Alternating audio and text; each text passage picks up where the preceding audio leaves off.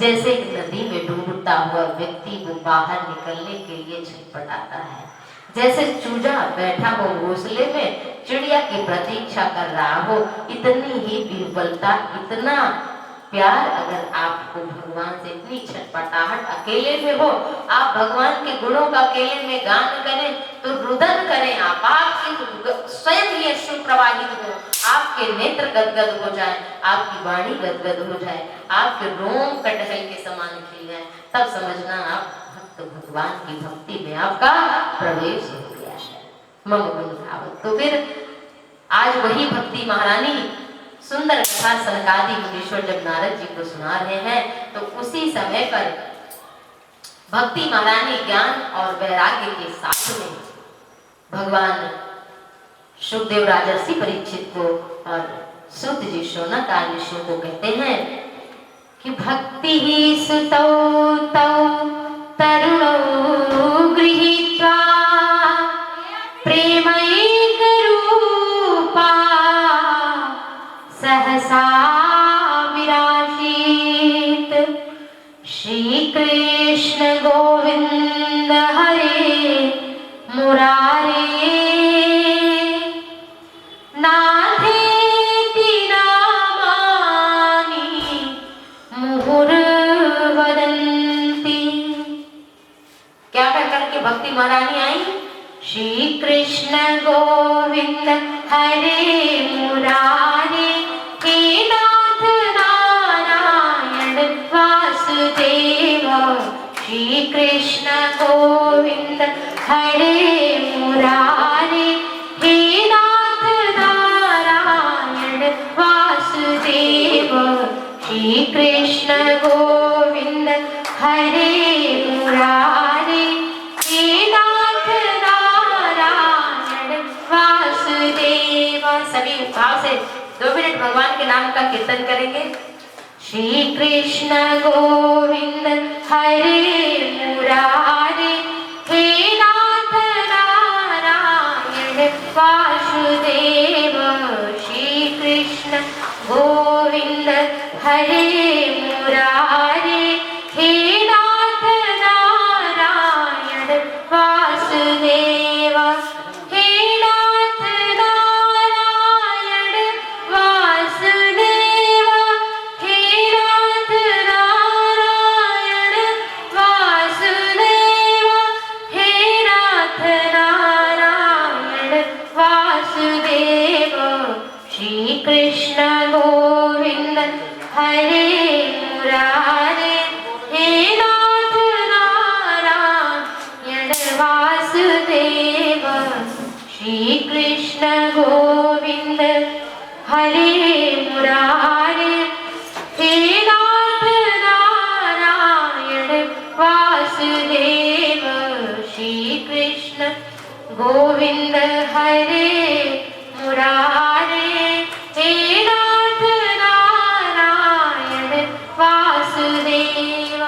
हे नाथ नारायण वासुदेव, हे नाथ नारायण वासुदेव। बोले भक्ति महारानी की, श्री कृष्ण भगवान की, भागवत भगवान की।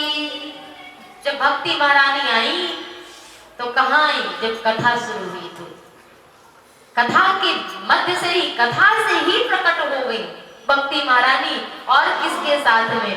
जो ज्ञान और वैराग्य वृद्ध थे उनके साथ में भक्ति महारानी क्या कहते हुए, श्री कृष्ण गोविंद हरे मुरारे, नाथेति नामानि मुहुर्वदन्ति। बार बार यही कह रही हैं, हे नाथ नारायण गोविंद मुरारे हरे, इसका उच्चारण कर रही है। और जहां भक्ति होती है वो ध्यान से सुनना, भक्ति कौन है? ज्ञान वैराग्य। ज्यादा ज्ञान के चक्कर में मत पड़ो, भक्त बनो। ज्ञानी कितना भी होगा लेकिन भगवान कहते हैं एक बार भक्ति, ज्ञान और वैराग्य भगवान के पास पहुंचो। तो ज्ञान और वैराग्य पूछे कि प्रभु हमारा आपका संबंध क्या है? भगवान ने कहा ज्ञान वैराग्य से तुम तो हमारी आत्मा हो। तो भक्ति महारानी थोड़ी दुखी हो गई, बोली हम फिर कौन है प्रभु? तो कहा तुम तो हमारी परमात्मा हो, जहां पर तुम होती हो वहां मैं स्वयं आकर के प्रकट हो जाता हूँ। और भगवान जहां भक्ति ने नृत्य करते हुए यह इन शब्दों की पुकार की, भगवान के नाम की पुकार की, तो कहते हैं सूत जी, बनमाली घनश्यामः पीतवासा मनोहरः कांची कलापरुचिरो लसन मुकुट कुंडलः कोटिमन्मथ लावण्यो हरिचंदन चर्चितः परमानंद चिन्मूर्ति मधुरो मुरलीधरः।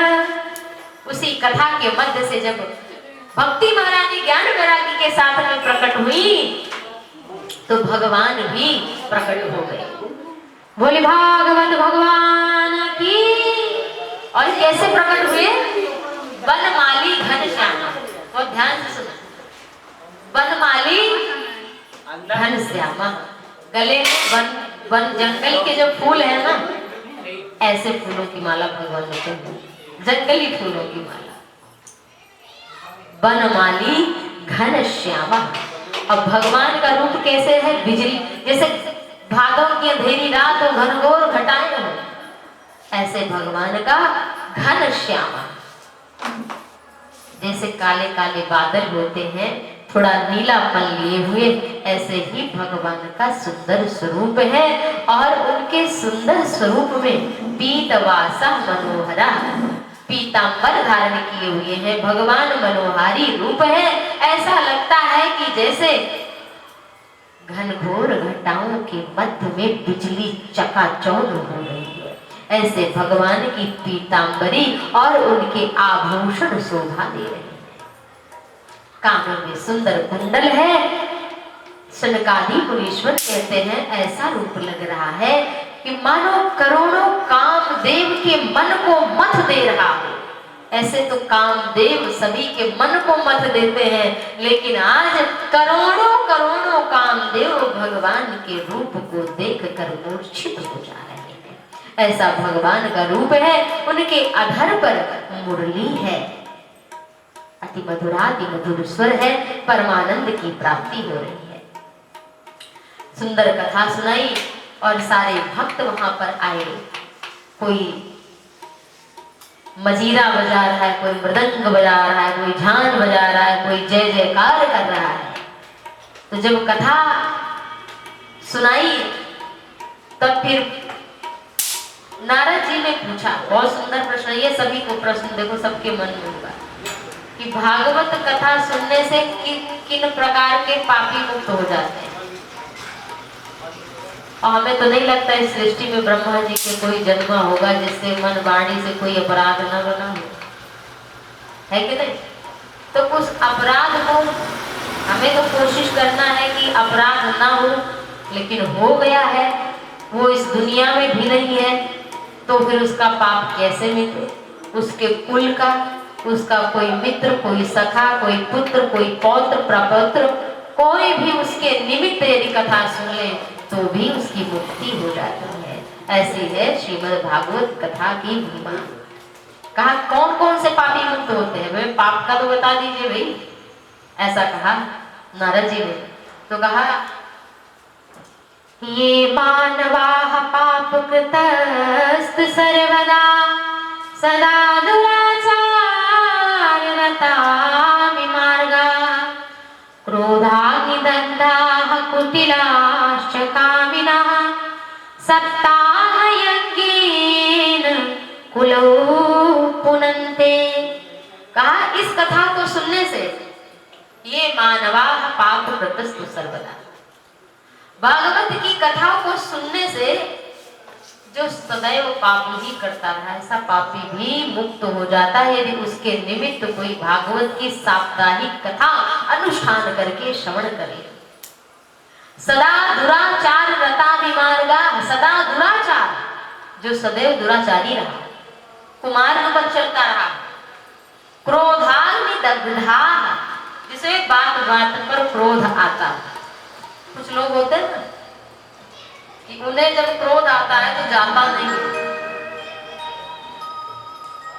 गुस्सा हो गए तो मुंह फुलाए ऐसे लटकाए रहते हैं कि घर में ही जंगल बन बना रहता है, एक दूसरे से बात ही नहीं, और बाहर निकलेंगे तो बस मुस्कुराते हैं। बढ़िया कपड़ा है, सब कुछ है, अच्छे आभूषण भी पहन लिए हैं, थोड़ा सा सांसारिक रूप स्वरूप बनाकर निकले, लेकिन मन में तो इतनी पीड़ा है कि कह भी नहीं पा रहे हैं किसी से। तो क्रोधाग्नि दग्धा, जिसे क्रोध रूपी अग्नि नित्य जलाती है, यह क्रोध एक बार करने से रक्त दूषित हो जाता है। क्रोधाग्नि दग्धा कुटिलाश्च कामिना, जो कुटिल हो, कुटिल माने कि भीतर से कुछ और बाहर से कुछ और, सप्ताह यज्ञेन कलौ पुनन्ते, वो भी साप्ताहिक श्रीमद् भागवत कथा उसके निमित्त सुन ली जाए तो भैया वो भी मुक्त हो जाता है। ऐसे है भागवत कथा की महिमा। बोलो जय जय श्री राधे। जिसने माता पिता की सेवा भी ना की हो, मान लो किसी कारणवश ना बन पाई हो सकता है उसने चोरी कर लिया हो, ऐसा व्यक्ति भी वेश्याचारी हो, दुष्ट हो, पापात्मा हो, या किसी की मृत्यु दुर्घटना में हो गई, पता चला कि जा रहे थे और नहीं रहे, अचानक कोई बीमारी का पता चला 4 दिन में चले गए, सोए थे हार्ट अटैक आ गया पर जगह ही नहीं, हो सकता है कोई भयानक रोग हो जाए, युवावस्था में चला जाए, पूरा जीवन न जी पाए। ऐसे व्यक्ति के निमित्त भी यदि कथा सुन ली जाए तो वो भी भगवान के धाम को चला जाता है। कहा महाराज फिर हमें इसकी कोई सुंदर परम पावनी कथा सुनाइए। तुंगभद्रा तटे पूर्वं भूतपत्तनमुत्तमं यत्र वर्णाः स्वधर्मेण सत्यसत्कर्म तत्पराः। कहा कि तुंगभद्रा नदी के तट पर एक ब्राह्मण देवता रहते हैं जिनका नाम है आत्मदेव। तुंगभद्रा नदी के तट पर आत्मदेव रहते हैं, पत्नी का नाम है धुंधुली, श्रीमती धुंधुली देवी। आत्मदेव ब्राह्मण है, विद्वान है, ज्ञानी है, लड़ाई झगड़ा से दूर रहते हैं, शांत स्वभाव वाले हैं, लेकिन श्रीमती जी बहुत झगड़ालू स्वभाव की हैं। कोई घंटा नहीं जाता कि जब वो लड़ाई ना करते, किसी से बात विवाद ना हो तो उनका भोजन भी नहीं पचता था, ऐसा उनका स्वरूप आंतरिक। आत्मदेव बड़े परेशान रहते। ब्राह्मण देवता के घर में सब कुछ तो था लेकिन संतान न थी। देखो लोगों के पास बहुत कुछ हो सकता है लेकिन सब कुछ नहीं हो सकता। बहुत कुछ होगा, किसी के पास कुछ होगा, किसी के पास कुछ होगा, किसी के पास कुछ, लेकिन सब कुछ सबके पास नहीं होता। ये सृष्टि का नियम है। तो आत्मदेव बहुत दुखी रहते थे कि हमारी कोई संतान नहीं, घर में कुछ था नहीं। एक गाय ले आए, उसने भी बच्चा उसके भी नहीं हुआ, गाय भी बांध। कोई फल लाते वो भी जल्दी सड़ जाता, तुलसी का पौधा लगाते सूख जाता। एक दिन बड़े आहत हो गए, सोचने लगे कि अब तो मृत्यु भी ठीक है। घर से निकल करके गए, सरोवर के किनारे बैठे थे, मर जाऊंगा। उसी समय पर एक महात्मा दिखाई पड़े। जब महात्मा दिखाई पड़े तो जंगल में देखा महात्मा ने, एक व्यक्ति बहुत दुख रूप में बैठा है, बहुत बड़ा दुखी लग रहा है इसका मन, क्या कारण है अकेले बैठा है? जाकर पूछा। कहा महाराज हमारे कोई संतान नहीं है। तो कहा शृणु विप्र मया ते अद्य प्रारब्धं तु विलोकितं सप्त जन्मावधि पुत्रो नैव च नैव च। शृणु विप्र मया ते अद्य प्रारब्धं तु विलोकितं। मस्तक को देखा, हाथ की रेखाएं देखकर संत बोले इस जन्म में कौन कहे, आपके तो 7 जन्म तक संतान का योग ही नहीं। अब ब्राह्मण देवता बोले पटक कर अपना सिर आपके चरणों में जान दे। संत भी डर गए, अच्छा खासा में जा रहा था, कहाँ फंस गया। ब्रह्म हत्या अलग लगेगी, लेना एक न देना दो। आजकल भैया पूछना भी गुनाह है किसी से। अब हमें ब्रह्म हत्या के आपके चरणों में प्राण दे देंगे। महात्मा बोले थे प्रेम से रो, भगवान नहीं दे रहा इसका मतलब उसमें कुछ अच्छा नहीं होने वाला है। आप नहीं जानते, आप आज जो मांग रहे हो कल क्या उसका परिणाम होने वाला है। बोला नहीं महाराज, हमको तो पुत्र चाहिए ही चाहिए। भाग्य में नहीं है तो नहीं है, आपके पुण्य में तो है, आपके प्रताप में तो है। आप ऐसे महात्मा सिद्ध पुरुष हैं, में एक पुत्र भी नहीं दे सकते हैं, पटक कर जान दे देंगे अपना से। महात्मा बोले तो बड़ा गजब हो गया। भगवान का ध्यान किया, झोली में कुछ फल रखे थे, निकालो उतार लो, ले जाओ पत्नी को खिला देना, अच्छी संतान हो गई। घर में लेकर के गए, पत्नी को दिया, धुंधुली देवी को, देवी ये फल खा लेना, संतान हो जाएगी। वो तो बड़ी कुतर्की थी। बहन कोई अड़ोस पड़ोस की आई थी, अरे कहीं फल खाने से बच्चा होता है, अरे इतना ही है तो अपने गाय को तो खिला के देख लो, बांझी पड़ी है कब से। बात तो सही कह रही है, और टके की बात कही तुमने। पति ने कहा संयम नियम से रहना है, 9 मास के बाद सुंदर संतान का जन्म होगा। गाय को खिला दिया परीक्षा के लिए। बहन आई थी, बहन को बच्चा होने वाला, बोले 9 मास बाद मुझे बहन बच्चा होने वाला होगा। तो कहा ठीक है, हमने भी मतलब गाय को खिला दिया है और अपने पति से झूठ बोल दिया है, संयम नियम से रहेंगे, पता ही नहीं चलेगा इनको, नाटक करके रहेंगे, कपड़ा वपड़ा बांध करके हम गर्भवती हैं, और 9 मास बाद जब तुम्हारा बालक जन्म ले तो हमको दे जाना और हमसे तुम पैसे ले जाना, तुम्हारे पास पैसा नहीं। बहाने से हम कह देंगे कि हमारे दूध ही नहीं होता, बालक पिएगा क्या, तो तुम्हें बुला लेंगे कि हमारी बहन का बच्चा हुआ था, मर गया, और इसी बहाने तुम हमारे घर आके रहना। बोली हाँ बात तो बढ़िया हो, सब बन गई। पति से झूठ बोल दिया, सोचने लगी सही बात है, बड़ी विपदा से बच गई। कहीं बच्चा गर्भ में आ जाता तब तो हम कोई काम न कर पाते, फिर ननद को बुलाया जाता, घर का माल समेट कर ले जाते, कहीं चोर डाकू आक्रमण कर देता, कुछ ऐसा वैसा हो जाता तो हम भाग भी ना पाएंगे। और सुना है कि बच्चा रहता है पेट में तो कुछ खाने का मन भी नहीं करता, तो ना हम अच्छी चीजें भी वैसे नहीं ज्यादा खा पाएंगे। डर गई। धुंधली बोली बड़ा अच्छा हुआ, सब काम बन गया। अब वो ऐसे ही रहने लगी, और 9 मास के बाद बड़ी दुर्लभ घटना घटी। कियत कालेन तौ जातौ तरुणौ गोकर्ण पंडितो ज्ञानी धुंधकारी महाफलः। 9 महीने बाद गाय ने भी जन्म दिया, बछड़े को नहीं, उस फल के प्रभाव से एक सुंदर बालक का जन्म दिया। कान थे गाय के समान, तो नाम रख दिया गोकर्ण। गोकर्ण गाय के समान का, तो गोकर्ण नाम रखा। और इधर धुंधली ने कहा हमें भी बच्चा हो गया। अब तो बधाइयां बजने लगी, बहन दे गई रातों रात, अब तो आनंद और उत्सव हो रहा है। लेकिन बालक कैसे थे?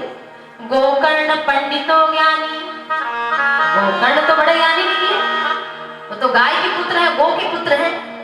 अधुंधकारी महाखला, अधुंधकारी महाखल, खल का मतलब जानते हैं, जिसका खाए उसकी खल है, वही खल है। आजकल लोग सबसे ज्यादा लड़ते हैं तो माँ बाप से लड़ते हैं, जिसका खाए उसी से लड़ते। तो ऐसा धुंधकारी महाखल हिंसा में पाप में प्रविष्ट हुआ। पिताजी बड़े दुखी हो गए।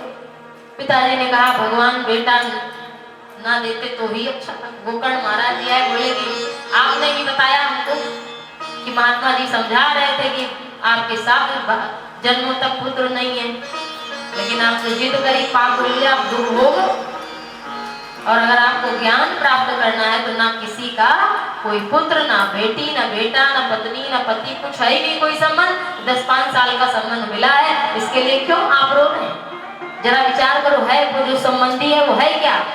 देहे अस्ति मांस रुधिरे अभिमतिं त्यजतं जाया सुतादिषु सदा मम च विमुञ्च पश्यामि संजगदिदं क्षणभङ्गनिष्ठं वैराग्यरागरसिको भवभक्तिनिष्ठः। बहुत ध्यान सुनना, कहा जो जिसको आप बेटा माने तो एक मांस का लोथड़ा तो है, हाथ है पैर है और क्या है, आत्मा है। आत्मा तो पहले भी कहीं जन्म ले चुकी होगी, कितनों का पुत्र पुत्री बनी होगी, तो कितना संबंध निभाएंगे आप का सुख कहाँ पिताजी। जाया सुतादिषु सदा तां विमुञ्च, पुत्र पुत्री के मुंह से आप आगे निकलो और आप जाइए जंगल, भगवान का ध्यान करिए, मुक्त हो जाइए। तो आत्मदेव ब्राह्मण जो थे, उस धुंधकारी के नाम क्या था उसका, धुंधकारी। धुंधकारी के पाप कृत्यों से इतना दुखित हुए महाराज कि घर से निकल पड़े आधी रात को और जाकर श्रीमद् भागवत के 10वें स्कंद का पाठ किया और भगवान को प्राप्त हुए। बोले भागवत भगवान की जय जय श्री राम। अब आत्मदेव तो चले गए पिता, घर में बची धुंधुली, घर में माता जी बची। अब तो बड़ा सताता माँ को, आधी रात को आता, कुछ पूछती तो अलग मारता धुंधुली को। और समय बीता, माता दुखी होकर अंधी हो गई, रो रो कर आंख चली गई उनकी और वो कुएं में जाकर गिर गई, उनका भी प्राणांत हो गया। गोविंदाय नमो नमः। वो भी चली। अब धुंधकारी अकेला बचा। गोकर्ण जी चले गए, जब माता पिता नहीं रहे तो तीर्थ यात्रा पर चले। और इधर धुंधकारी 5 वेश्याओं को घर में लाकर रख लेता है। अब घर में कोई नहीं, और वेश्याओं को प्रसन्न करने के लिए चोरी डकैती झूठ कपट छल करता है। वेश्याओं ने सोचा कि इसने तो बड़ा धन कमा लिया, अब राजा अगर पकड़ेगा तो हम सब मारे जाएंगे, तो हम सब मरे उससे पहले इसी को क्यों ना मार दें। एक दिन धुंधकारी सो रहा था और वेश्याओं ने चारपाई में बांधा धुंधकारी। मारा नहीं मरा तो जलता हुआ लुकाठा था, लकड़ी जलती हुई उसके मुख में घुसा करके उसको ऐसे कठोर दंड से मारा। धुंधकारी का प्राणांत हो गया। वो भूत प्रेत आदि योनियों को प्राप्त हो गए। गोकर्ण जी तीर्थ में थे, किसी के द्वारा उनको पता चला कि धुंधकारी प्रेत योनि में भटक रहा है, उसकी ऐसी ऐसी मृत्यु हुई। गोकर्ण जी फिर गया में उसके लिए श्राद्ध कर्म किया, पिंडदान किया, लेकिन तो भी उसकी मुक्ति नहीं हुई। अब मुक्ति कैसे? जब घर आए गोकर्ण जी तो खंडहर पड़ा था, बहुत समय बीत गया था। तो कभी भैंसे का रूप धारण कर लेता, कभी बकरे का। गोकर्ण जी को मंत्र आदि तंत्र आदि का ज्ञान था। उन्होंने हाथ में जल लिया और मंत्र पढ़ा और उस हवा रूप भूत प्रेत स्वरूप बकरा इत्यादि जो भी बना उस पर जल छिड़का और फिर वो अपने रूप में प्रकट होकर के बोला कि भैया हमारी मुक्ति नहीं हुई। तो कहा हमने तो आपके लिए गया आज में श्राद्ध तर्पण कर दिया था। कहा हमारा स्वरूप तो भी तो भूत प्रेत योनि का है। फिर कहा आप कुछ और उपाय करिए। गोकर्ण महाराज जी ने भगवान सूर्य की आराधना की और भगवान सूर्य स्वयं प्रकट हुए और कहा श्रीमद्भागवतान मुक्ति सप्ताहं वाचनं कुरु। सप्ताह यज्ञ करो जिससे धुंधकारी की मुक्ति हो जाएगी भूत प्रेत योनि से।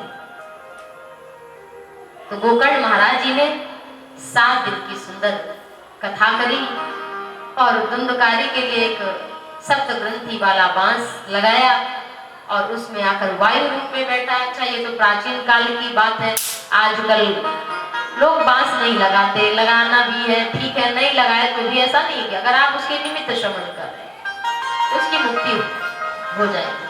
पहले लोग ऐसे जीवन यापन करते थे, आजकल लोग कैसा जीवन यापन कर रहे हैं।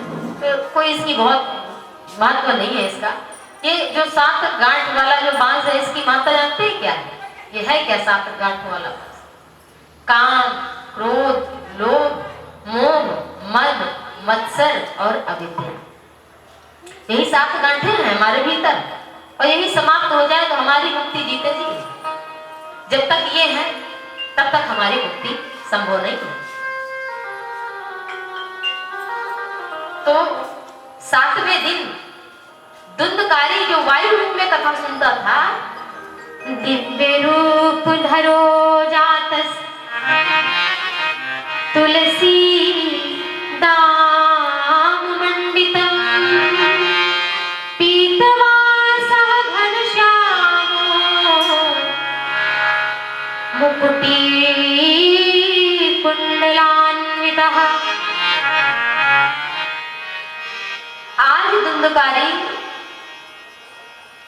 भूत प्रेत योनि से भगवान के स्वरूप में प्रकट हो गया, भगवान का पार्षद बन गया।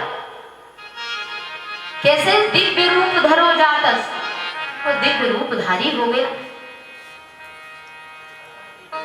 तुलसी दाम मंडितम, जो भूत प्रेत योनि में था उसके गले में आज तुलसी की माला पड़ी हुई है। पीतवासा, पीतांबरी धारण करे, मनोहरा घनश्यामो, आज जैसे भगवान का रूप है ना, ऐसा रूप उसका हो गया। और कुंडल आदि धारण किए, सुंदर विमान आया और धुंधकारी इस विमान पर बैठकर भगवान के धाम को गया। बोले भागवत भगवान की। आर्दम शुष्कम लघु स्थूलम वांग मनः कर्मभिः कृतम शरणं विदेहस्तापम पावकः शमिधो यथा।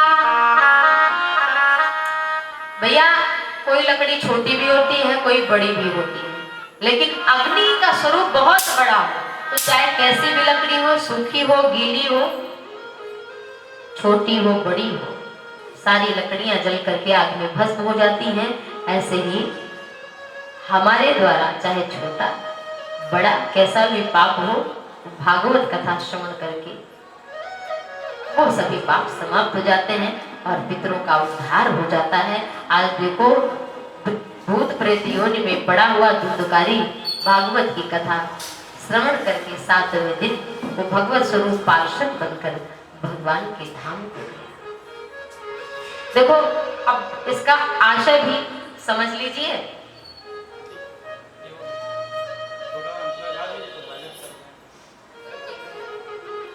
तो जो तुंगभद्रा नदी है, जानते हैं क्या है तुंगभद्रा नदी का तट? ये हमारा शरीर ही तुंगभद्रा है। और आत्मदेव ब्राह्मण कौन है? आत्मदेव ब्राह्मण ये हमारी आत्मा है। और धुंधुली उतर की बहुत थी, ये कैसे होता है तो वो कैसे होता है, हमारी बुद्धि है। और गोकर्ण क्या है? ज्ञान है। भागवत है कथा। ये तुंगभद्रा नदी इस शरीर में रहते, ये आत्मा के रहते, इस शरीर के प्राप्ति के रहते, इस धुंधुली कुतर्की के रहते, और धुंधकारी विषम परिस्थितियां जन्म लेती, नए नए विचार जन्म लेते हैं अच्छे बुरे। तो गोकर्ण अच्छा विचार और धुंधकारी बुरा विचार। तो जो कथा रूपी गोकर्ण का आश्रय ले ले, कथा का आश्रय ले ले, तो निश्चित ही उसकी मुक्ति हो जाती है। यही इसका आशय है। तो आइए हम भगवान के नाम का श्रवण करते हुए फिर आगे की कथा आप सभी को श्रवण कराते हैं। बोले